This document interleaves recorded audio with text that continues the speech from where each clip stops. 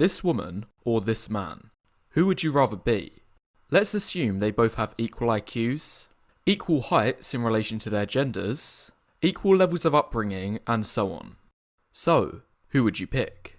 Well, in my opinion, I'd choose the man every time. This is without question.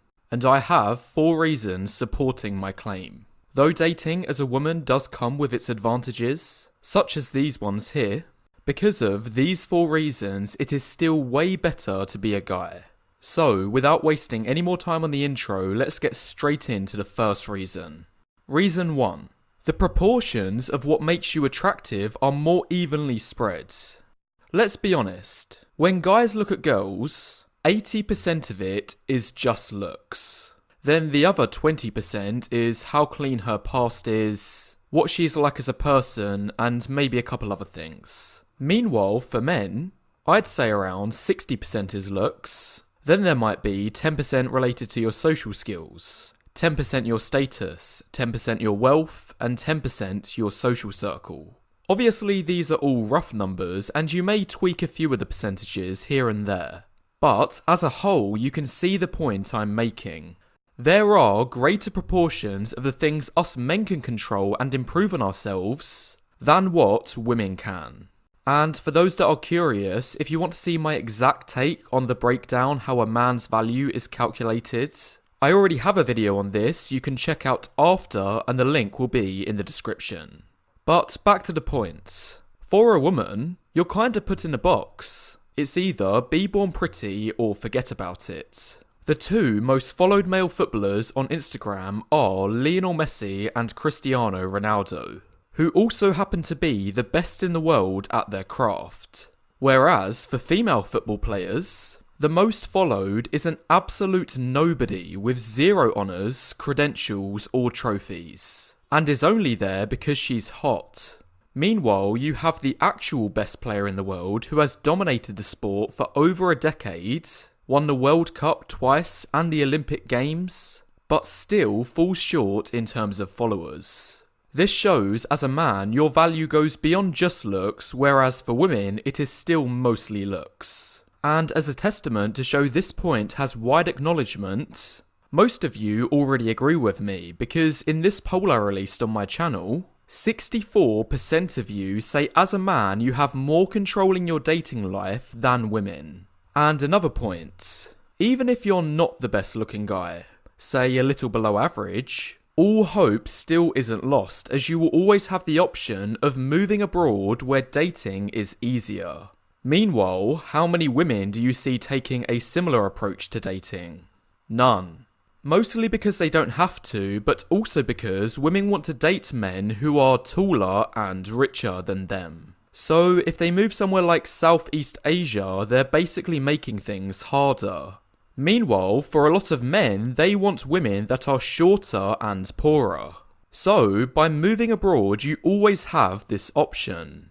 One last point, if you look at famous female singers like Susan Boyle, you wouldn't date her no matter how much status or wealth she accrues because she is capped by her looks. But if you look at singers like Lewis Capaldi and Ed Sheeran, these 2 are far from being the best looking people in the world, but still have options because of their success and fame. And one final step, it's extremely difficult for a woman to reach the top in itself if she isn't good looking to begin with. In the entertainment industry, have you ever noticed how the top female artists pretty much all have faces of 8s, 9s and 10s? Because a big part of the reason they made it in the first place is because of their looks. Meanwhile, for us men, similar to the football example, we're mainly judged on our talent and skill.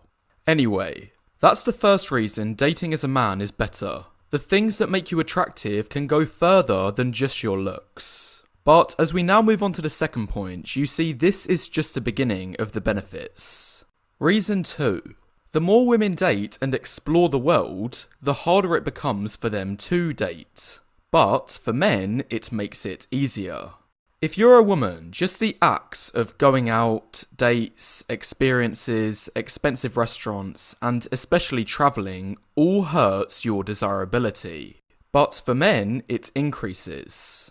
Here's an example. How many of you guys would want to date a girl who you found has been flown out to Dubai, New York, London, and had a bunch of other experiences, all paid for by a guy worth millions? I would guess none of you. Why? Well, you can't show her the world. She has already seen it. You won't be able to impress her taking her to the local mid-market restaurant. She expects 5 stars. In general, men want a woman who will appreciate the little things with low expectations. It'll save you stress and your bank account. And interestingly, for women, the opposite holds true for guys having these experiences. As a man, if you live an adventurous lifestyle and your online presence proves it, if you know the waiters by name at the best restaurants in the city, if you're well known, experienced and knowledgeable, these all do little bits in terms of making you more attractive. Your experiences go hand in hand with women wanting to be part of your lifestyle. Or in short, men who are adventurous, while women who are adventurous are loose cannons. And if you again want evidence of this, you've all already agreed with me in this community post, where the majority of you see it as a red flag if a woman has travelled. As one more point on this, the same concept applies with regard to partner counts. So, if you're like most people, your partner count over the course of your life will look something like this. And this is a good thing if you're a guy, because the higher your line, the more pre-selection and social proof you have. Whereas, for women, it's the reverse.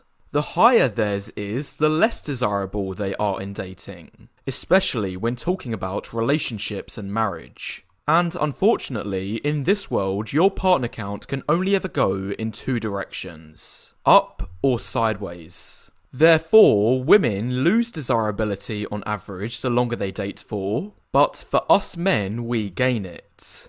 Anyway, that's the second advantage men have in dating. And if you feel you've learnt something so far and have enjoyed the content, now is a good time to leave a like on the video and leave any thoughts you have in the comments, as it all helps the YouTube algorithm. Reason number 3. In women's early 20s, they will likely have to choose between either their career and financial future, or capitalise on their beauty young and settle down to start a family. Fact. All women's beauty has an expiry date. I know this isn't the most politically correct statement to make, but I'm speaking a lot of uncomfortable truths in this video. In general, the older women get, starting around age 27, they slowly but surely begin to lose their looks. And come 35, they'd find themselves lucky to be half as attractive as they were in their early 20s, let alone having the egg quality to give birth to healthy children. What are the implications of this? Well, since women's beauty peaks pretty much as soon as they hit 20, it means the optimal dating strategy for them is to find as high quality a guy as possible, ideally marry him and start having kids, all before age 25, and then she'll be set for life, just in time before her looks start to fade. However, given this, there is just one big problem. If she chooses this path, it bears the opportunity cost of missing out on potentially a huge secondary life goal. Going to uni, getting educated, and climbing the corporate ladder for a few years to achieve financial freedom. It's common sense, if a woman tries getting this whilst having a baby or 2 on the way, it'll make the feasibility of this being achievable near impossible. No matter how much women will try to deny it, babies are costly, for both herself and the company she's working for. So the point is, because these things are mostly mutually exclusive, it means women are forced into choosing basically one of the 2. But what's interesting is men don't have this issue anywhere near to the same degree. Men can have babies which won't affect their career prospects much, and even if it did, it wouldn't be a huge deal because men have far longer fertility windows than women. And although I don't believe men reach their peak in their 30s, they'll still have most of their value here, which still leaves enough time to do the corporate climbing / entrepreneur stuff, as well as having good dating options in order to start a family. It's not until us men hit 40 our looks start taking a serious hit. For women, it's basically a wrap past 35. As a bottom line, it is true we men seriously have way more time than women to get our lives in gear. We can get our 2Fs, finances and family sorted into our late 30s. Whereas for women, they'll likely have to make a compromise somewhere in their late 20s. Now, finally moving on to reason 4 of how men have an advantage in dating. Bottom tier women aren't technically in the dating market, rather they're just in the short-term fun times market. Meanwhile, for bottom tier men, they are simply out of the dating market. This is probably the most interesting point because in my last video, I said if you could be either a below average woman or below average man, based on the number of matches you'd get on dating apps, it's way better to be the below average woman. However, on reflection, maybe this isn't as simple as it seems. Because I highly doubt any of the matches these below average women are getting from guys are actually serious. Rather, it's likely guys swiping on every woman indiscriminately, or a guy swiping on her on purpose because he thinks she'll be easy to seduce. Either way, neither of these two mean anything. And in fact, the second scenario can be highly damaging because if she gets led to believe an attractive guy wants her,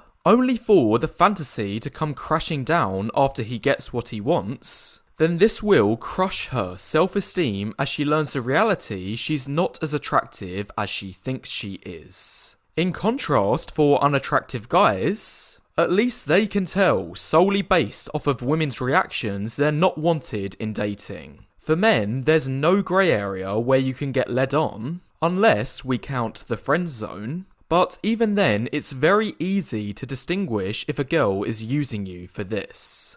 As for women, they need to full on be intimate with a guy and wait for his response the day after to tell if he's serious. Here's another way of thinking about it. When you was in school, there was always that one kid who thought he was part of the popular group, but in reality he wasn't. He was the butt of all of the jokes, always picked last for team games, made to do stupid, denigrating stuff, all for cheap laughs. That was the only reason he was there, and even he himself knew deep down this was the reason he was there.